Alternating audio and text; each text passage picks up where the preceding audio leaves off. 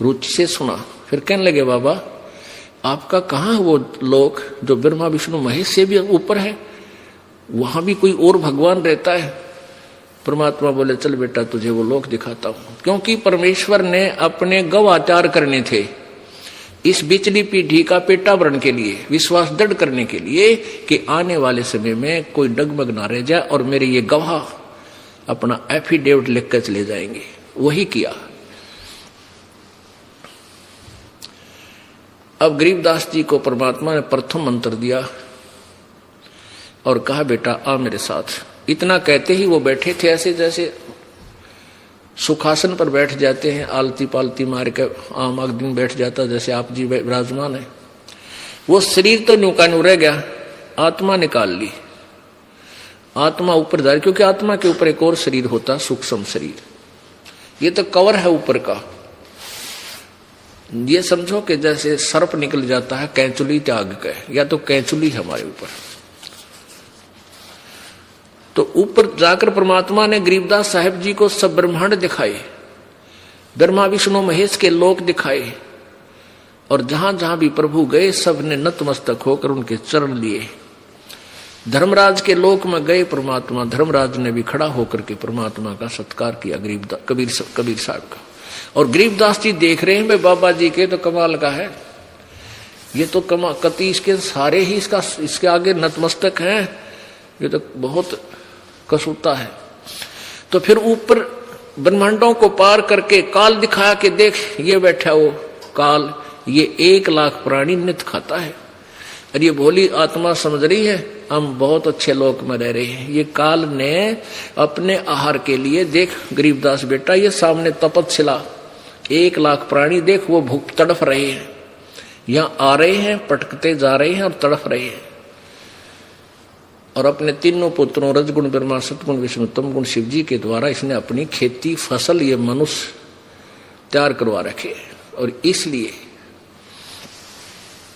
उसके बाद वो काल दिखाया, क्योंकि काल जो ज्योति निरंजन है ये जो 11वें द्वार पर जहां से परब्रह्म के लोक में प्रवेश करते हैं वहां ये खुद बैठा रहता है। तो जब परमात्मा वहां गए और कहा गरीबदास जी से कहा बेटा अब मैं अपना सतनाम सुमरण करूंगा, सार नाम, और देखना ये इसका मत झुक जाएगा मस्तक। वो तो लीला थी, हमें बताना चाहते थे। तो जो ही परमात्मा निकट गए और काल का सिर ऐसे हो गया, उसके सिर पे पैर रखा क्या बेटा मेरे साथ, और उस 11वें द्वार को पार करके फिर 12वें द्वार में सतलोक में परब्रह्म के लोकों को पार करते हुए पहुंच गए। अब नीचे से जो प्रभु परमेश्वर कबीर जी यानी परम अक्षर ब्रह्म गए थे वो एक जिंदा बाबा जी की वेशभूषा में थे, और जो परमात्मा का सतलोक में वास्तविक शरीर है वो उसकी एक बहुत बड़े गुम्बद में, बहुत बड़े स्तूप में, बहुत बड़ा सफेद गुम्बद है, उसके बीच में सिंहासन लगा है, प्रभु का तख्त है यानी सिंहासन। उस पर वो तेजों में शरीर वाले प्रभु वही कबीर देव अन्य रूप में विराजमान थे, जिसके एक रोमकूप में करोड़ सूर्य करोड़ चंद्रमा मिला दे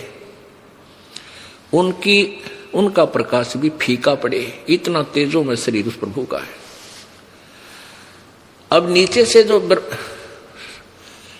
एक साधु रूप में गए थे प्रभु कबीर जी, अपने ही दूसरे स्वरूप जो तख्त पर सिंहासन में विराजमान थे उस पर चवर करने लगे। अब गरीबदास जी ने सोचा कि भाई भगवान तो ये है जो तख्त पर बैठा, कितना सुंदर शरीर, कितना वाहिट है, कितना प्रकाश। इतना सोच ही रहे थे कि वो जो तख्त पर विराजमान था वो स्वरूप खड़ा हुआ, और जिंदा बाबा जी के रूप में जो पृथ्वी से गया था वो स्वरूप उसी तख्त पर आल ब्रह्मांड के कंट्रोलर के रूप में विराजमान हो गया, और जो तेजों में शरीर वाला प्रभु था वो चवर करने लगा, यानी जैसे नौकर करता है। अब गरीबदास जी ने सोचा भाई बाबा जी के चाड़ा है तो इस पर भगवान चवर करे, भाई बड़ा कमाल का आदमी है। तो इतने में क्या हुआ कि वो तेजोमय शरीर जो था उस जिंदा महात्मा वाले शरीर में समा गया। अकेले वो जिंदा महात्मा ही वहां पर विराजमान रहेगी और चंवर जो है अपने आप घूम रहा है परमात्मा के सत्कार के लिए ऑटोमेटिकली। तब गरीबदास जी समझ गए भाई ये भगवान था जो नीचे गया था, ये लीला कर रहा था। तब गरीब परमेश्वर ने कहा जा बेटा, तेरे शरीर को फूकने वाले हैं, तेरे को मृत जानकर तेरे परिजन उठा ले गए हैं और शमशान घाट पर तुझे जलाने वाले हैं, तू वापस जा। गरीबदास जी ने कहा प्रभु मुझे वापस ना भेजो, वो तो गंदा लोक है, हे भगवान ना भेजो मुझे, यही रख लो मेरे दाता। क्योंकि वहां जाने के बाद तो ये ऐसा लगता जैसे सुअर लेटे रहते हैं ना गंध में, और एक बहुत अच्छी चिप्स की कोठी में कोई व्यक्ति रहता हो और उसको कहा जाए कि जहां ये सुअर पड़े हैं गंध में, तू यहां चला जा, वो नहीं जा सकता।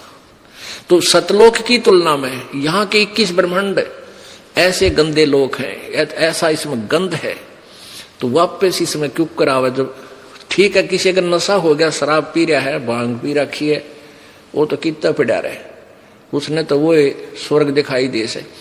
अब जिसकी भांग उतर गई, नशा उतर गया, उसको कैसे फिर वो कैसे पड़ा उस गंदे लोक स्थान पर नहीं जा सकता, कोई धक्का दे तो नहीं जा सकता। तब परमेश्वर ने कहा बेटा अपना उद्देश्य ये है, सारी समझा दी शॉर्टकट में, कि सब अपनी आत्मा है, काल के जाल में फंसी पड़ी है, उनको निकालना है, तू जा वापस, ये मेरा आदेश मान ले और मैं तेरे साथ रहूंगा, तुझे वापस लेकर आऊंगा और जा तू मेरी महिमा का गुणगान कर। उधर से क्या हुआ कि जब पाली वो ग्वाले दूर चले गए थे, दूध नहीं पिया था, 1-2 घंटे 3 घंटे के बाद वापस आए। उन्हें देखा रो बाबा जी तो चला गया, और वो लड़का जो लड़की का लड़का, क्योंकि ये भांजे थे वहां के, कि वो छोरी का छोरा यानी लड़की का लड़का कहाँ गया, कि वो बैठा वहां। एक भक्त एक से कहा कि जा तू उसको बुला के ला, उसका टाइम हो गया, अपनी गायों को घेरेगा यानी ड्यूटी देगा। उसने आवाज लगाई कि एक गरीबदास नाम था परमेश्वर की प्यारी आत्मा का, लेकिन गांव वाले शॉर्टकट में बोला करें न, बोले ओ उसका गरीबू नाम दे रख रखा था, वैसे अपना जो एक न्यारा नाम होया करे गांव में। बोले ओ गरीबू खड़ा हो, आजा तेरी ड्यूटी आ गई, गाय घेर। अब वो गरीबदास जी तो जा रहे सतलोक में सैल सपट्टे को, और वहां तो शरीर ही था। आवाज लगाता वो गवाला वो व्यक्ति पकड़ के बच्चे जैसे शरीर को कहने लगा, वो भगत जी खड़ा हो, तेरी ड्यूटी आ गई। अब उसको ऐसे छेड़ा, वो न्यू का गिर गया, कि उसमें आत्मा थी नहीं, तो प्राण थे ही नहीं, खत्म हो चुका था। वो तो हक्का बक्का रहेगा। उसने आवाज लगाई कि आ जाओ, लड़का मर गया। वो पाली आ गए, फिर गांव में भागे गए। गांव में जो पता चला, उनके माता पिता को इकलौता पुत्र था, 12 वर्ष में हुआ था, माता पिता भी बेहोश हो गए। इकलौते पुत्र की मृत्यु सुनकर हाहाकार मच गया। और छोटा सा गांव था, 30-40 घर थे उस समय, और सभी को शिहर उठे और भाग लिए उधर। तो 1.5 किलोमीटर दूरी पर, गांव से 1.5 किलोमीटर की दूरी पर वो पवित्र स्थल है जहां पर परमात्मा आए थे। आज भी वो यादगार उस गांव में बनी हुई है, सड़क के साथ में। ये दास आंखों देख रहा है, क्योंकि हम पहले वहीं छुड़ानी जाते थे, वहां हमारे गुरुदेव जाते थे। हम गरीबदास पंथ से ही अलग हुए हैं। अलग तो गरीबदास पंथ ही समझो, वैसे हम अब कबीर पंथ पहचान गए, कबीर पंथ पर चल पड़े, जो गरीबदास जी ने मार्गदर्शन किया था। और वो गरीबदास छुड़ाने वाले जो हैं, वो उसी काल के जाल में ही कुमार्ग पर जा रहे हैं। तो वहां आज भी वो यादगार विद्यमान है, और गांव का बच्चा कहता है कि यहाँ कबीर जी आए थे, क्योंकि गरीबदास जी ने अपनी वाणी में प्रमाण दे रखा है। अलल पंख अनुराग है, सुन मंडल रहे थीर, दास गरीब उधारिया, मोए सतगुरु मिले कबीर। तो गांव वाले सब जाकर के बच्चे का शव उठा लाए, और शाम के समय 5-6 बजे 7-8 बजे उसने जलाने की चेष्टा करने लगे। चिता पर रख दिया, अग्नि लगाने की तैयारी। तभी परमात्मा ने वो आत्मा गरीबदास जी वाली परमेश्वर कबीर जी ने वापस शरीर में प्रवेश कर दी। एकदम वो बंधन टूट गए जो ऊपर बांध रखे थे अस्थि का ऊपर, उस अर्थी का ऊपर, और एकदम बालक खड़ा हुआ।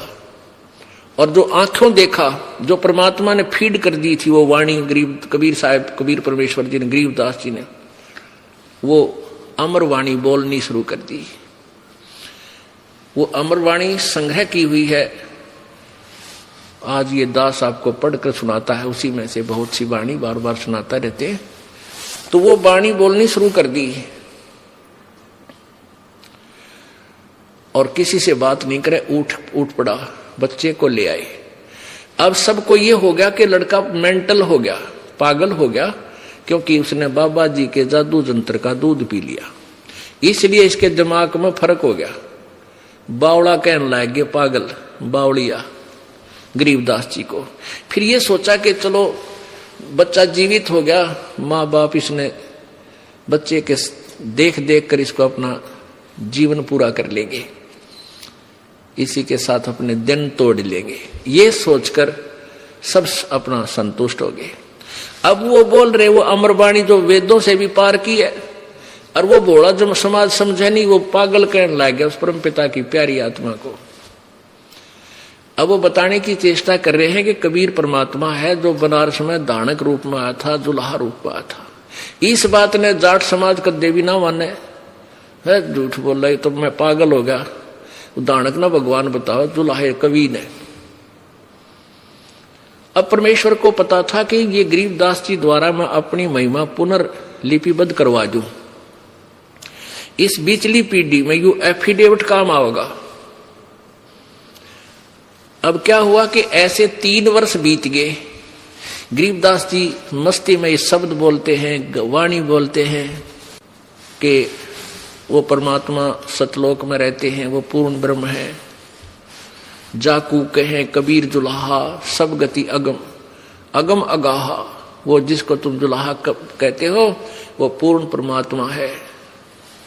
अनंत कोट ब्रह्मंडे का एक रति नहीं भारे, सतगुरु पुरुष कबीर हैं ये कुल के सिरजनहार। अनंत कोट ब्रह्मंड का परमात्मा पर कहते हैं एक रति भी भार नहीं है उनको, वो इतने समर्थ, इतने शक्तिशाली हैं। और सतगुरु पुरुष कबीर है। अब देखो दोनों उपमा दी है गरीबदास साहिब ने। सतगुरु का अर्थ होता है तत्वदर्शी संत, जो यथार्थ ज्ञान प्रदान करे, वो सतगुरु की भूमिका भी उन्होंने की। और पुरुष माने परमात्मा, वो सारे ब्रह्मांडों का संचालक भी कबीर जी ही है। तो इस तरह वो वाणी बोलते रहे। धर्मराय दरबार में दी कबीर तलाक, मेरे भूले चूके हंस को तू पकड़िए मत कजाक। यहाँ के न्यायाधीश के सामने ब्रह्मा विष्णु महेश की भी जो है ना थर थर शरीर कांपता है, देह कांपती है जब उसका संदेश आता है। और वो न्यायाधीश 21 ब्रह्मांड का जो न्यायाधीश सबका अकाउंट रखता है, वो कबीर परमात्मा के सामने हाथ जोड़कर खड़ा हो गया जब गरीबदास जी साथ थे। जैसे बड़ा अधिकारी पुलिस वाला और छोटे अधिकारी दरोगा के ऑफिस में चला जाता है, अचानक उसको पता चल जाता है कि आईजी साहब आए हैं या एसपी आया है, तो खड़ा हो जाता है, सलूट मारता है और वो उसको आदेश देता है, संकेत देता है, डांट मारता है कि तूने ऐसा किया तो तुझे छोड़ूंगा नहीं, तेरा ये कर दूंगा। वो कहता जी सर, जी सर। तो ऐसे कबीर परमात्मा के सामने 21 ब्रह्मांड का न्यायाधीश धर्मराज करबद्ध खड़ा हो जाता है और उसको परमात्मा डांट मारते हैं कि मेरे भूले चूके हंस को तू पकड़िए मत कजाक। ए नालायक, खबरदार दे मेरे कबीर हंस को, जिसने मेरा सही नाम ले रखा उसको तूने पकड़ा, अकाउंट लिया तो मेरे से बुरा नहीं होगा। बोले पुरुष कबीर से धर्मराय कर जोड़, हाथ जोड़कर तुमरे हंस ने पकड़ो नहीं मैं 2 ही लाख करोड़। तो जो इस दास के द्वारा दिए हुए नाम का जाप करेगा सच्ची श्रद्धा से, आजीवन नियम पालन करता हुआ, उसका अकाउंट धर्मराज नहीं करेगा, और ना ही उसके दूत आपको लेने आएंगे। परमात्मा का जहाज आएगा, आपको प्यार के साथ उसमें बैठा करके सतलोक ले जाया जाएगा। इस तरह की कथा सुनाया करते थे गरीबदास जी, लेकिन कोई नहीं मानता। बालकों में जिक्र करते, बालक अपने घर वालों को बताते, वो कहते हो तो मेंटल है बेटा, उसके पास मत बैठा करो। वो तो कबीर को भगवान बताता है, दानक को, दुल्हे को। एक दिन क्या हुआ कि एक दादू साहेब जी हुए हैं। दादू साहेब जिनको परमात्मा इसी तरह आकर मिले थे जैसे गरीबदास जी को मिले। जब दादू साहेब 7-8 वर्ष के थे, उस समय ऐसे ही परमात्मा एक जिंदा महात्मा के रूप में, बूढ़ा बाबा के रूप में, वृद्ध बाबा के रूप में आकर मिले थे। और फिर उनकी आत्मा को भी सतलोक लेकर गए थे। 3 दिन और 3 रात वो अचेत रहे थे, मरे नहीं। श्वास धड़क रही थी लेकिन आत्मा यहां से बाहर थी। और तीसरे दिन वापस जब छोड़ा तो दादू साहब जी ने भी यही कलम तोड़ वर्णन किया था कबीर परमेश्वर की महिमा का। उन्होंने क्या कहा कि जो जो शरण कबीर की, तिर गए अंत अपारे, दादू गुण के ता कहूं भाई कैतन आवे पार। अब यहां दादू जी का प्रकरण इसलिए आवश्यक हो गया क्योंकि इसके साथ साथ ये लिंक भी जुड़ता है कि परमात्मा किन किन को आकर मिले और कहां मिले, उन्होंने क्या क्या प्रमाण दिए। जो जो शरण कबीर की, वो तिरगे अंत अपारे, दादू गुण के ता कहूं भाई कैतन आवे पार। उस परमात्मा की महिमा कितनी की गाऊं, मेरे पर गाई नहीं जाती। जो भी उनकी शरण में है वो सारे पार होंगे, पर विधिवत, नकली संतों के पास नहीं, नकली नामों से नहीं। कबीर करता आप है दूजा ना कोई, कबीर करता आप है दूजा ना कोई, दादू पूर्ण जगत को हो भक्ति दृढ़ावे सोई। दादू कहते हैं कबीर करता आप है। वो कबीर जो परमात्मा है वो आप ही भगवान है, और कोई दूसरा करता नहीं है, सृष्टि रचने वाला नहीं है। और दादू पूर्ण जगत को भक्ति दृढ़ावे सोए, वो भी सत्य भक्ति भी वही आकर बताता है। पूरे संसार में और किसी के पास ज्ञान नहीं होता। ठेका पूरा होवे जब सब कोई तुझे शरीर, दादू काल चंपे नहीं जपे है जो नाम कबीर। आदमी की आयु घटे तब यम घेरे आए, सुमरण किया कबीर का दादू लिया बचाए। कि जब इंसान की आयु कम हो, समाप्त होगी तो काल आ जाएगा। लेकिन हमने तो अपने भगवान का मंत्र ले रखा था, मेरी रक्षा परमेश्वर ने की, मेरे निकट काल के दूत नहीं आए। मेट दिया अपराध सब, यानी अंगारी पाप नाशक परमेश्वर कबीर जी हैं। मेरे सभी पापों का नाश कर दिया, दादू साहब जी कह रहे हैं। मेट दिया अपराध सब आ मिले छनमाही, दादू संग ले चले कबीर चरण की छाही। सेवक देव निज चरण का दादू अपना जाने, भृंगी सत कबीर ने कर लिया आप समान। दादू अंतर्गत सदा छिन छिन सुमरण ध्यान, वारू नाम कबीर पर पल पल मेरे प्राण। अब सुन सुन साख कबीर की, काल न्यवावे माथ, धन धन तीनों लोक में है दादू जोड़े हाथ। यानी क्या बता रहे हैं कि सुन सुन साख कबीर की, साख माने महिमा, उसकी लीला को सुन सुन के, उसकी समर्थता के आगे, कबीर जी की शक्ति के सामने यो काल भी मस्तक नीचा कर लेता है। सुन सुन साख कबीर की, काल नवावे माथ, धन हो तीनों लोक में, दादू जोड़े हाथ।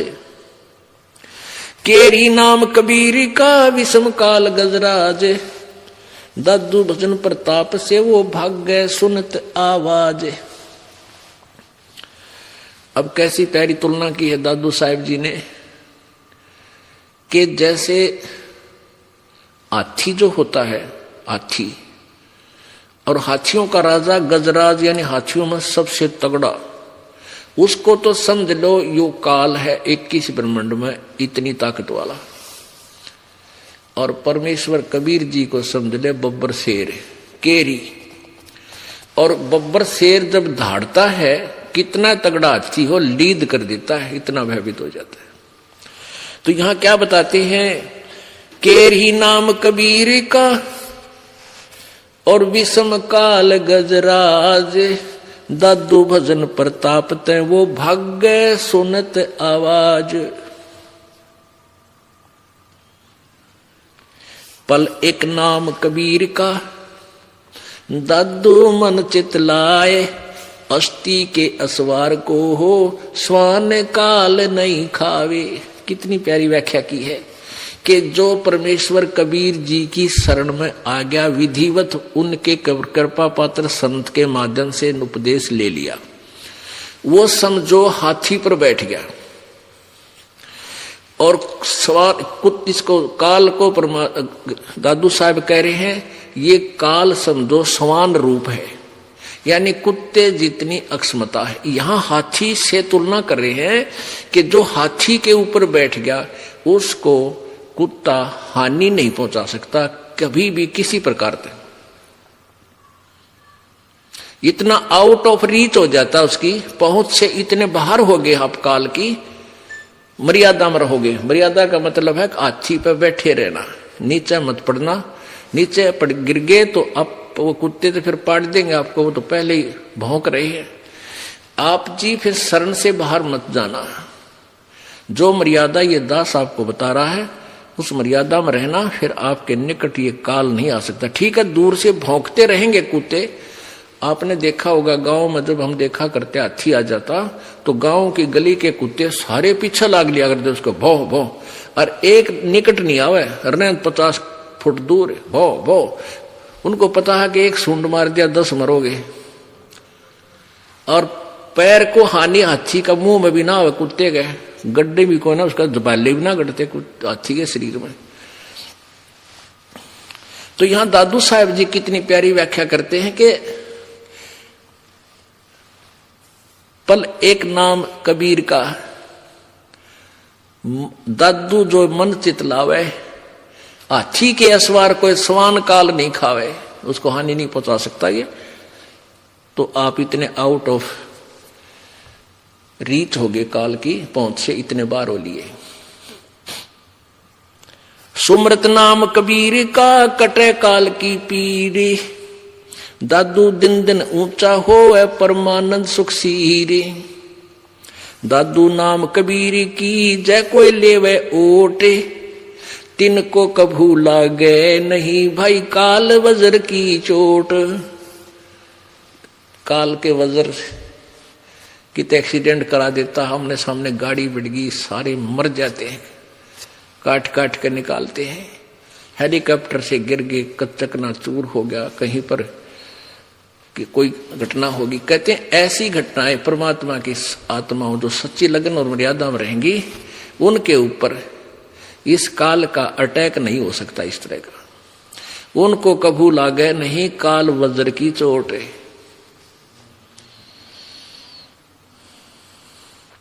और संत सब कूपे हैं के तेज रीता नीर, दादू अगम अपारे है वो दरिया सत्य कबीरी। कितनी प्यारी व्याख्या की। पुण्यात्मा जैसे हम परमात्मा की परिभाषा में श्री कृष्ण जी को परमात्मा मानते थे, किस आधार पर कि श्री कृष्ण जी ने मोरध्वज राजा का पुत्र ताम्रध्वज को आरे से चिरवा कर कृष्ण जी ने के विषय में हम सुनते थे कि मोर ध्वज राजा के पुत्र ताम्र ध्वज को आरे से चिरवा के जो मर गया था 2 फाड़ हो गए थे और फिर जीवित कर दिया। इससे हम श्री कृष्ण जी को भगवान मानते थे। लेकिन अब परमात्मा के चानने में हमें दिखा परमेश्वर कबीर जी के ज्ञान में कि श्री कृष्ण जी अपने सगे भाणजे अभिमन्यु को जीवित नहीं कर सके, जो महाभारत के युद्ध में प्रथम दिन ही चक्रव्यूह में मारा गया था।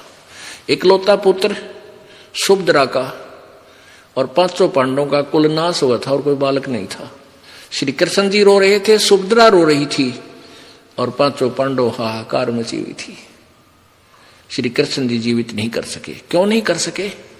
क्योंकि उनके श्वास उसके और उनको क्यों जीवित कर दिया ताम्रध्वज को? उसकी आयु शेष थी, अभिमन्यु का प्रारब्ध इतना ही था, उसको चेंज नहीं कर सकता श्री कृष्ण। केवल कबीर परमेश्वर आयु बढ़ा सकता है, एक्सटेंशन कर सकता है, वो समर्थ पावर है। जैसे शॉर्टकट में आगे बताएंगे पूरा विस्तार इन 5 दिन में। एक कमाल नाम के बालक को मृत्यु हो गया था, उसकी आयु समाप्त हो चुकी थी और परिवार वालों ने उसको जल प्रवाह कर दिया था। कुछ कबीले ऐसे हैं जो ना जमीन में दफनाते ना सभा करते, अग्नि में जलाते नहीं, वो जल में प्रवाह कर देते हैं, वो जल प्रवाह कर देते हैं, मतलब एक विधिवत अपने तरीके से परंपरा से। और वो तैरता हुआ चलता है मुर्दे के नीचे, ऐसा कुछ एक फूस का ऐसा बंडल सा बनाकर उसको ऊपर आदर से लिटाकर चलते कर देते हैं, उस पर एक ज्योति सी जगा देते हैं। तो वहां वो बहता हुआ जा रहा था तो कबीर परमेश्वर से कहा शेख तकी। शेख तकी कौन था? सिकंदर लोधी का धार्मिक गुरु था और कबीर जी से ईर्षा करने लगा, क्योंकि सिकंदर लोधी के जलन का रोग किसी से आराम नहीं होता, परमात्मा के आशीर्वाद से वो स्वस्थ हो गया था। इस कारण से सिकंदर लोधी दिल्ली का बादशाह कबीर परमेश्वर का अत्यधिक सत्कार करता था। उधर से वो उसका धार्मिक गुरु ईर्षा करने लगा, किसी प्रकार कबीर जी को नीचा दिखाऊं ताकि ये यहां से भाग जाए। इस दृष्टिकोण से उसने ये शर्त रख दी अपने राजा के सामने कि यदि कबीर जी कोई मुर्दा जिंदा कर देगा मेरे सामने, क्योंकि कबीर जी ने सिकंदर लोधी ने महर्षि रामानंद जी ब्राह्मण का सिर काट दिया था, इस बात पे कि वो मुसलमानों से नफरत करता था। फिर कबीर जी ने उस सिकंदर लोधी के सामने ही वो उसको जीवित कर दिया था, कटे हुए सिर को एज इट इज, जैसे कृष्ण जी ने ताम्रध्वज को जीवित किया था। वो तो उसके समांतर शक्ति हुई परमात्मा की। और फिर वो मरा हुआ बच्चा आया हुआ था तो शेख तकी ने बोला मेरे सामने जिंदा करे यो कबीर, जब मानू मैं इसको भगवान, नहीं तो मैं नहीं मानूंगा और तेरी बगावत करवा दूंगा मुसलमान समाज से। ये कह करके ये काफिर हो गया हम राजा, इसने एक हिंदू से उपदेश ले लिया। तो सिकंदर लोधी चिंतित था। कबीर जी ने पूछा क्या कारण है, तो कारण बताया। परमेश्वर ने कहा कि कह दो इस शेख तकी को कोई मुर्दा ले आवे, उसको जीवित कर दूंगा। अब शेख तकी कहने लगा मुर्दा मैं कहां से लाऊं? एक दरिया के किनारे खड़े थे, ये वार्ता हो रही थी। परमात्मा ने अपनी प्यारी आत्मा सिकंदर लोधी दिल्ली के सम्राट की टेंशन दूर करनी थी कि ये बात बिगाड़ेगा। इतने में वही कमाल का शव बहता हुआ आ गया बच्चे का। इतने में वो 13 वर्षीय बालक का शव दरिया में बहता हुआ आ गया। और परमेश्वर कबीर जी, वो सैनिक भी खड़े थे हजारों की संख्या में, और भी व्यक्ति थे। कहा कि वो आ गया शव। सिकंदर शेख तकी बोला वो आ गया शव, कर दे जीवित कबीर, जब मानो इसको मैं, ये अल्लाह का नबी है, अल्लाह है। अब सिकंदर कहता था ये भगवान आया है, क्योंकि उसके सामने जीवित कर दिया मरा हुआ कटा हुआ सिर महर्षि रामानंद जी का। और फिर एक गाय काट दी थी ऐसे ही निकम्या ने, वह भी जीवित कर दी थी परमात्मा ने। और दूध की बाल्टी भर दी थी उस गाय की जीवित करके। और फिर वो बच्चा आ गया। तब कहने लगा सिकंदर, शेख तकी कहने लगा कि इसको जीवित कर दे, तो मानो तू भगवान है। परमात्मा ने कहा कि पहले तू कर ले, कदे बाद में नंबर बनावे। तो जंतर मंत्र करता रहा, वो तो चला गया। 100 कम से कम भी 800-1000 गज आगे पहुंच गया दरिया में, जहां वो खड़े थे उससे नीचे पानी की बह करके। तब शेख तकी ने कहा कि ये तो चाहता था मुर्दा निकल जाए किसी तरह, मुझे लगा दिया इसमें, जब जानो ये भी कर दे। तब परमात्मा ने ऐसे कहा था, ऐसे कर दिया, यानी वो मुर्दा वापस चल पड़ा अपोजिट उस, यानी जिधर से पानी बहकर आ रहा था और बहुत आगे जा चुका था वो सब, परमात्मा के आदेश से वो वापस चल पड़ा। जैसे ये इंजन वाली किश्ती चला कर बैक फ्लो के विरुद्ध अपोजिट, और वहां आकर रुक गया। नीचे लहर पानी की जा रही है और वो सब ऊपर एज इट इज है। तो परमेश्वर ने कहा कि हे जीवात्मा जहां भी है, मेरे हुक्म से, कबीर हुक्म से इसमें प्रवेश कर और बाहर आ जा। इतना ही कहा था मालिक ने। उसी समय वो मुर्दे में ऐसे कंपन हुई, लड़का एकदम खड़ा होकर और बाहर आकर दंडोत प्रणाम किया। बोलो सतगुरुदेव। अब इससे वहां उपस्थित लोगों ने कहा कि कमाल कर दिया कबीर जी, कमाल कर दिया। उस बच्चे का नाम कमाल रख दिया और अपने साथ अपने पुत्र के रूप में परमात्मा ने उसको रख लिया।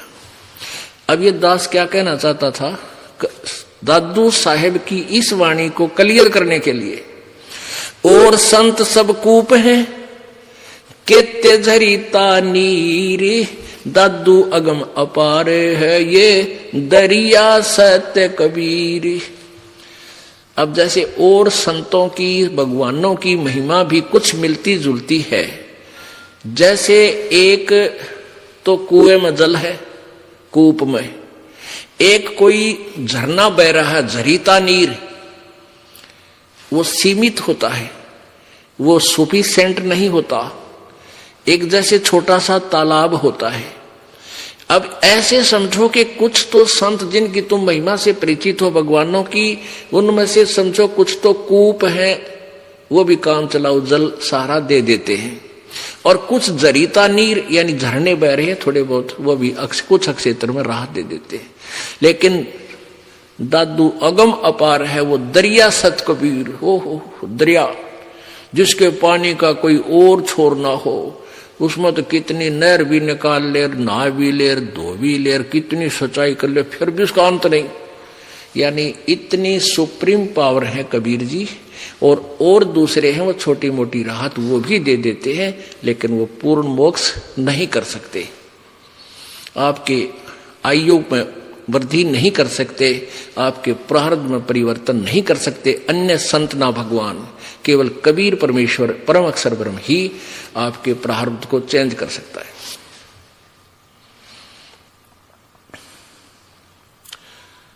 अब पुण्यात्माओं, जब तक हमारे प्रारब्ध में परिवर्तन नहीं होगा तो हम सुखी क्यों कर होंगे। आपके कर्म में, प्रारब्ध में लिखा हुआ है कि आपकी टांग टूटेगी या आपकी मृत्यु होगी, किसी ने लिख रखा है जंत्री में। ये जैसे ये पामिष्ट होते हैं, ये बहुत कुछ सच बता सकते हैं, लेकिन ये आपको राहत कुछ नहीं दे सकते। अब जैसे भोली आत्मा जाती हैं किसी ज्योतिषी के पास, वो उसकी जन्म पत्री देख जंतर मंत्र करके बता देगा तेरे को उस वर्ष में इतनी हानि होगी।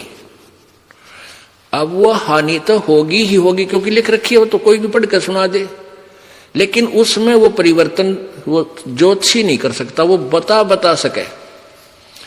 जैसे किसी ने बता दिया तीसरे महीने में मार्च में तेरी टांग टूटेगी।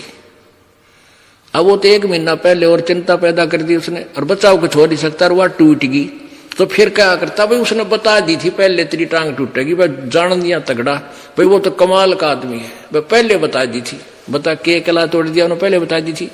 अब जैसे आप किताब अपना जंतर ज्योतिषी का दिखाया ना, और जो आपको बता दे तेरा यह हानि होगी, और फिर आप आ जाना इस दास के पास, कबीर भगवान की शक्ति से आपको मंत्र देंगे, और उस दिन वह हानि आपको नहीं होगी, वह होनी थी क्योंकि लिखा हुआ है, और फिर नहीं होगी, आपका गारंटीड बात है। तो ये समाधान चाहिए, ज्ञान नहीं। उस ज्ञान से क्या पता सारा मिल गया तेरा टांग टूटेगी, और हम कहेंगे नहीं टूटेगी, ये मंत्र जाप करना, मर्यादा में रहना, तो वो चेंज होगी, वो बदल दिया आपका, आपके ऊपर आने वाली आपत्ति परमात्मा ने टाल दी। तो इसलिए भगवान की हम ढूंढ रहे हैं जो हमारे प्रारब्ध में आने वाले कष्ट को, संकट को दूर करे।